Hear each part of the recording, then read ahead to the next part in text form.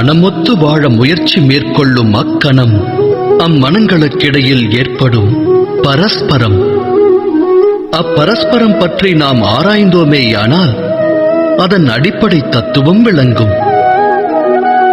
மனமானது மற்றோருக்கு வகுத்திருக்கும் ஒரு எல்லையை, விதித்த எல்லையை ஒருவேளை மற்றோர் கடக்க முற்பட்டால் அக்கணமே அவ்விடம் குரோதமானது உருவாகிவிடும்.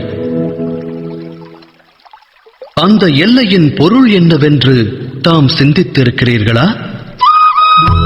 ஒரு எல்லையை வகுத்து மற்றோரை நாம் முடிவெடுக்க அனுமதிப்பதில்லை. நம் முடிவை அவர்கள் ஏற்க வேண்டும் என்கிறோம். அதன் அர்த்தம் ஜகத்தில் அடுத்தவருக்கு எவரும் சுதந்திரம் தருவதில்லை. ஒரு மனதின் சுதந்திரத்தை பறித்தால் அவ்விடம் விளைவது என்ன? குரோதம், வேதனை அல்லவா? வகுக்கப்பட்ட எல்லை உடைக்கப்படும் போது வகுத்தவரின் மனமும் குரோதம் கொள்கிறது. நான் கூறுவது உண்மைதானே?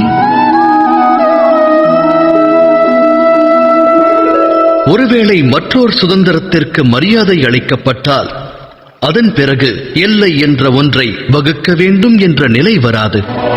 அவ்வாறு ஒரு நிலை உருவாக வேண்டுமெனில் மற்றோர் துன்பத்தை அனைவரும் உற்றார் துன்பமாக எண்ண வேண்டும்.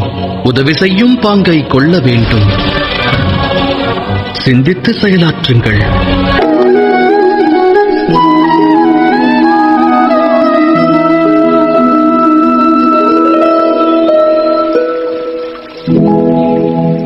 முடிவெடுக்கும் சமயத்தில் அனைவரும் சில அந்நிய சக்திகளுடைய ஆட்கொள்ளுதலுக்கு ஆளாக வேண்டிய நிலை ஏற்படுகிறது. வாழ்வில் இன்று எடுக்கப்படும் முடிவானது வருங்கால விளைவினை நிர்ணயிப்பதாகும். அப்படியென்றால் நம்முடைய வருங்காலம் பிற சக்திகளின் தாக்கத்தால், மற்றவரின் விருப்பத்தால் அமைய வேண்டுமா? நம்முடைய பரிபூரண வாழ்வும் மற்றவரால் வழிநடத்தப்படுமாயின் வாழ்வின் விளைவு என்னாகும்? பரந்த உலகத்தில் ஒவ்வொருவருக்கென்று தனித்துவமான ஒவ்வொரு விருப்பம் இருக்கும். ஆலயத்தில் வழிபடும் பக்தன் தானம் தா என்று வேண்டுவான். அருகில் நிற்கும் கள்வனோ தான் களவாடுவதற்கு நல் வாய்ப்பை தா என்று வேண்டுவான். தர்மம் வியாபித்த மனதானது நல் வழியை காண்பிக்கும்.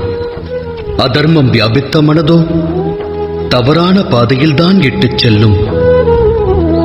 இறைவனிடத்தில் ஒருவன் சரணாகதி அடைந்தால் அவனுக்கு சுகம் என்னும் பிராப்தம் கிடைக்கிறது. சரணடைந்து அச்சுகத்தை பெற வேண்டுமாயின் அவனுடைய மனதில் தர்மமானது வியாபிக்க வேண்டும். எனில் இறைவனை மனதில் நிறுத்தி ஒரு முடிவினை எடுப்பதற்கு முன்பாக அனைவரும் மனதில் தர்மத்தை ஸ்தாபிக்க வேண்டியது அவசியம் அன்றோ?